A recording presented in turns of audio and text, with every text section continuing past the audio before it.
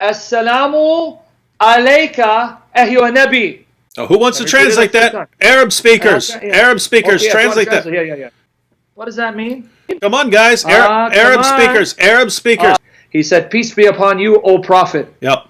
When 5 times a day you speak to a dead man who's buried in Medina, God knows where you're at, you're speaking to him, Assalamu alayka ayyuha nabi.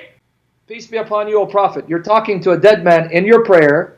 5 times when you pray, in your prayer, part of your prayer, you communicate to a dead man as you're communicating to your God. As you're communicating to your God.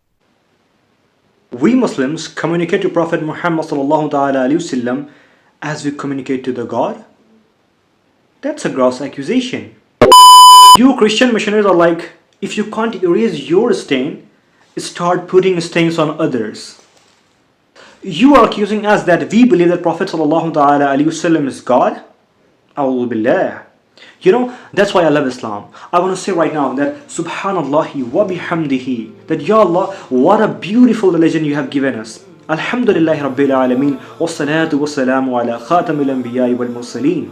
When we Muslims say Assalamu alayka ayyuhan nabi, peace be upon you, O Prophet, what is after it? Ashhadu an la ilaha illallah wa ashhadu anna Muhammadan abduhu.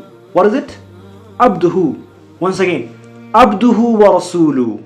I bear witness that Prophet Muhammad sallallahu ta'ala wasallam is his slave. What? His slave and messenger. Subhanallah. No one ever will think that he's God. It's Islam. Alhamdulillah. That's why I say Islam is unbeatable.